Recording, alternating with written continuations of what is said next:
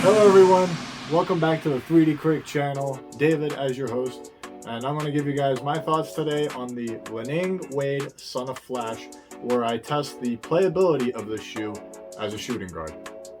Now these cost $135 on Li-Ning's website, so if you guys are interested, I will leave a link in the description box below. And with all that being said, let's talk about this traction. Now for the traction, it features Tough OS rubber, which was made by Li-Ning themselves, and it is basically a full-length herringbone pattern integrated with lightning bolts in the center of the outsole. Now based on performance, it is ridiculously grippy. Nice. However, there is a little break-in time that needs to be required, but once it warms up, it sticks to the court like glue, which makes it perfect for players that like a quick first step, which makes it easier to create space on offense, as well as staying toe-to-toe with players on defense as well. Now on the durable side of things, there are spots in the herringbone where the grooves are smooth, like in this spot right here, and there are some that has this grid texture.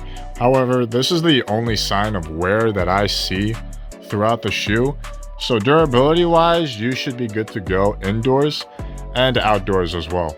So the traction overall, I consider to be one of the best, if not the best traction setups that you can have, aside from the LeBron 20s and the Luka ones that I just recently reviewed. So for that reason, I'm going to give it a 10 out of 10. For cushioning, it is featuring a full-length cloud foam midsole with boom cushioning in the forefoot and in the heel. In my opinion, the cushioning on the Son of Flash literally feels like the cushioning setup in the LeBron 20s. What?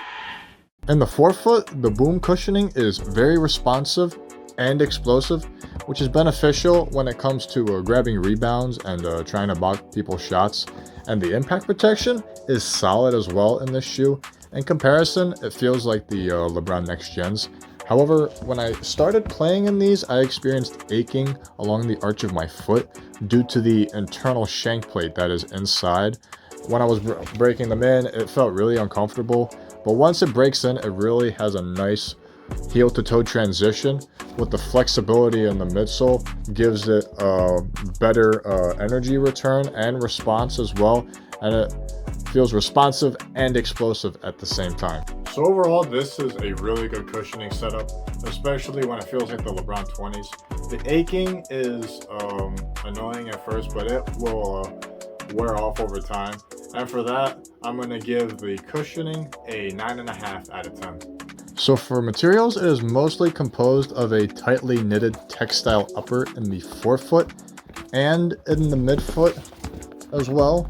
There is leather on the back and the heel, also on the tongue, as well as this toe guard here as well. The tongue is perforated mesh, and in the heel there is a decent amount of padding, and when you slide your shoe in, there's like a divot in the heel area, which feels like the heel is being clipped into place. Overall, it was a really comfortable feeling, and I had no issues with it whatsoever. Now, when it comes to the durability, there is a slight concern in the outsole section right here that wraps around the midsole, and when you flex it, it pinches the material, so it might rip over time as you keep playing it.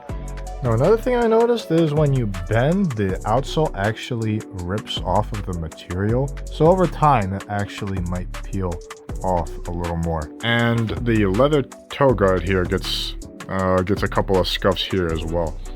So the materials overall is actually quite nice, but the pinching in the midsole here, it's a little concerning in my opinion, but I've played in it a good bit and it's not wearing off, so it's pretty decent right now. So for that, I'm going to give it a 9 out of 10. When it comes to the fit, based off of the recommendation on Li-Ning's website, it recommended to go up half a size. So I recommend you do that, because if you do, you are going to get an excellent fit on this shoe, because the length as well as the width is perfect for my foot. It gives a 1-to-1 fit overall. So if you are a wide foot, go up a full size, and if you have a narrow foot, go to the regular size. With that little caveat, going up half a size, I'm going to give it a 9.5 out of 10. As far as lockdown is concerned, once you lace these shoes up, you are basically clamped into the shoe. The reinforced eyelets wrap around the midfoot like a glove, and because of the 1-to-1 fit, the forefoot doesn't slide at all in the footbed, and because of the divot that is in the heel, I experienced no heel slippage whatsoever. So for lockdown, I'm going to easily give it a 10 out of 10. For the support, I gotta tell you, it was perfect. Perfect. Everything, down to the last minute details. it has a wide stable base in the outsole, and because of that, you're actually cratered into the midsole here. There's also an internal TPU shank plate, which helps overall in arch support. And there's a obvious lightning bolt TPU plate that helps with lateral support.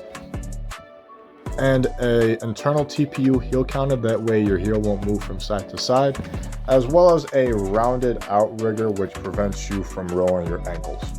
And because of that, I'm going to give the support a 10 out of 10. So overall, the Li-Ning Wade Son of Flash is absolutely, and I would absolutely recommend it for shooting guards like me and you. The traction is one of the best, if not the best, if you want to be quick on the court. The cushion is bouncy and comfortable at the same time. Materials are actually really good overall. And as well as the fit, support, and the lockdown, it'll give you the confidence to basically do anything on the court and do it with ease. Thank you guys so much for watching this video. Leave a like if you enjoyed it.